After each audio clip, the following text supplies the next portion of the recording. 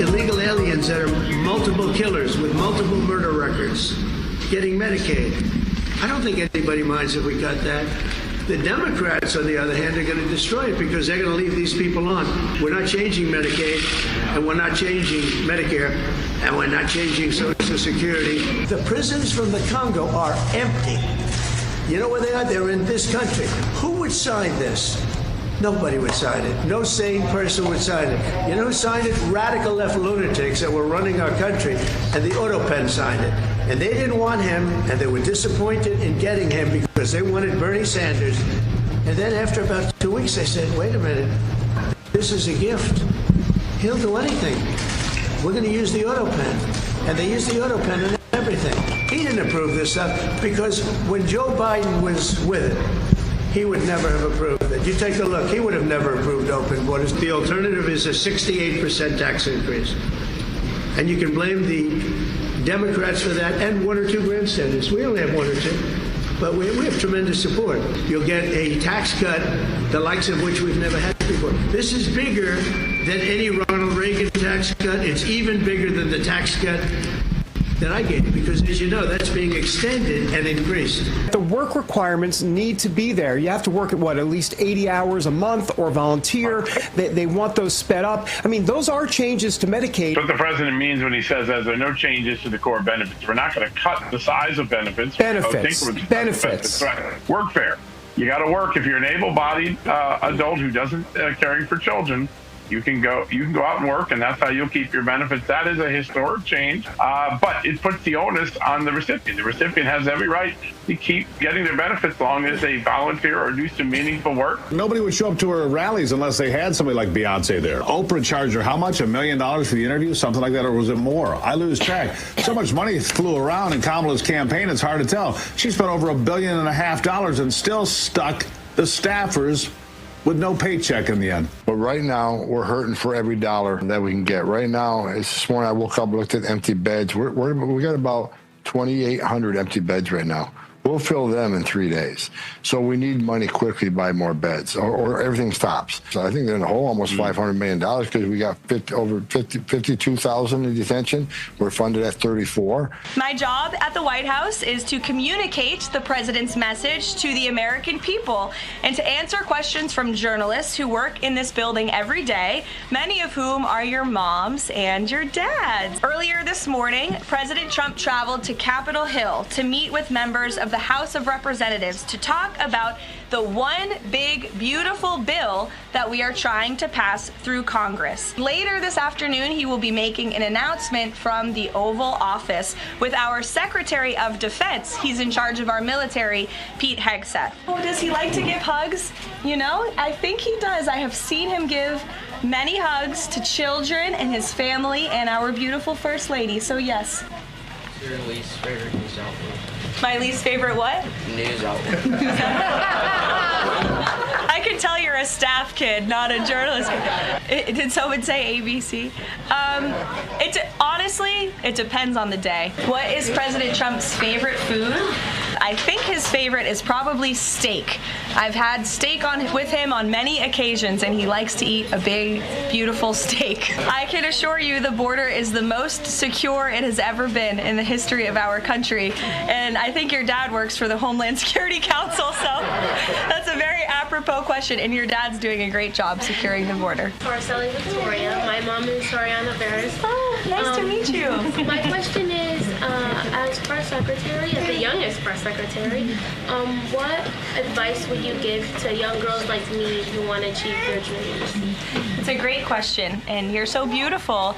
My best advice would be to work as hard as you possibly can and just pursue every opportunity that opens up and is given to you. One of the main reasons we're reaching the generation so successfully is our ability to grow on TikTok. 74% of businesses on TikTok say that TikTok has allowed them to scale their operations, increasing sales and expanding to new locations. And that growth means jobs.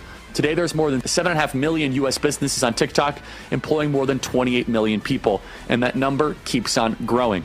Speaker Johnson using his trump card today, bringing the president up to Capitol Hill to talk to the GOP conference to try to sway some of those members that may not have been fully on board. Some people say they want more cuts. I understand that as well. President Trump's got a lot of agenda items that he is looking for as well. There is no chance that his White House medical team just forgot to do a prostate exam on an 80-year-old man for 4 years. It is interesting to note that President Trump's, President Obama's, and President Bush II, in their most recent physicals, in their terms of office, obviously 2025 for President Trump, did comment on their PSA levels. And so they got screened while in office, and they commented on it. It's not easy to access the most recent ones from President Biden. You can read the summary articles. I couldn't access it on the archive site on the White House just before I came on. But according to those that were able to, there is not a report of a PSA test on the most recent physical that was read out for President Biden's last year in office. I'd call it intentional and corrupt. And that's what Trump is calling out too. Not only that, but the left obviously took advantage of Joe Biden's declining mental and physical health. A prime example is the auto pen scandal, and it is a huge scandal.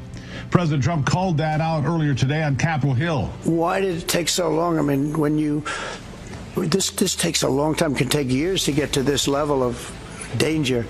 So it's a very, very sad situation. I feel very badly about it. Walter Reed is really good. They're some of the best doctors I've ever seen. I don't even know if they were involved, but a doctor was involved in each case. Maybe it was the same doctor, and somebody is not telling the facts. His brain just wasn't fit. He wasn't fit to lead. Trump says this is the same media that should have been questioning Biden's ability from day one. Instead, they've been propping him up like a weekend at Bernie's, pretending everything was fine while conservatives have been calling out the fraud. Well, since the beginning, they all waited until they could profit off a book deal, a Democrat media complex that thought it could deceive the American people and get away with it. And it did for a while. It's a fascist government that lies to the public about its leader and deploys the media to parrot those same lies and talking points. The presidency of Joe Biden was a fraud from the beginning. Prostate cancer is one of the easiest cancers to detect. You can take a PSA test. I just don't believe an 82-year-old man suddenly found out that he had stage 4 prostate cancer that had metastasized to his bones. That didn't happen in the last 100 or 200 days, now did it? It's in the 1% to 2% range. So 98% of the time, this kind of cancer will have been present for about 5 to 7 years. Two major side effects are cognitive decline and falling down. You lose muscle mass, you lose ability, you become more frail. 40% of the men who will take it for a year will fall down because they're no longer able to just walk in normally. But maybe we were seeing side effects of prostate cancer treatment during this last presidency. Did he know that he had cancer prior to the 2020 election? I think it's probably greater than 80% probability that he did. Malpractice to not do a blood test, to not do a rectal exam in a man who's going to run for president, who's going to be, have the nuclear football and be responsible for many things in this country. It's the biggest waste of 4 years in American history, I think, that we've ever had on every level. Economic, the border, there was no foreign policy. There was zero foreign policy. Well, we left the world real in the dark. Damage. Was Joe Biden aware of anything? Who made these policy decisions? Was he even aware of them? I promised the American people that I would build a cutting-edge missile defense shield to protect our homeland from the threat of foreign missile attack. I'm pleased to announce that we have officially selected an architecture for this state-of-the-art system that will deploy next-generation technologies across the land, sea, and space, including space-based sensors and interceptors. And Canada has called us, and they want to be a part of it. So we'll be talking to them. They want to have protection also. So as usual, we help Canada do the best we can. It's designed for the Golden Dome. Will integrate with our existing defense capabilities and should be fully operational before the end of my term. So we'll have it done in about 3 years. The Golden Dome will be capable of intercepting missiles even if they are launched from other sides of the world and even if they are launched from space. We helped Israel with theirs and it was very successful. We will truly be completing the job that President Reagan started 40 years ago, forever ending the missile threat to the American homeland, and the success rate is very close to 100%. The one big, beautiful bill will include $25 billion for the Golden Dome, $175 billion total cost of this when it's completed. I suggested it, and they all said, we love the idea, sir. Our adversaries have been quickly modernizing their nuclear forces, building out ballistic missiles capable of hosting multiple warheads, building out hypersonic missiles capable of attacking the United States within an hour and traveling at 6,000 miles an hour, building cruise missiles that can navigate around our radar and our defenses, and building submarines that can sneak up on our shores, and worse yet, building space weapons. It is time that we change that equation and start doubling down on the protection of the homeland. Golden Dome is a bold and aggressive approach to hurry up and protect the homeland from our adversaries. Mr. President, add this to the long and growing list of promises made and promises kept. You had the vision to start the Space Force, and here we are, when the others said we didn't need it, here we are in the Oval Office with one of the leaders of the Space Force in General Gutlein.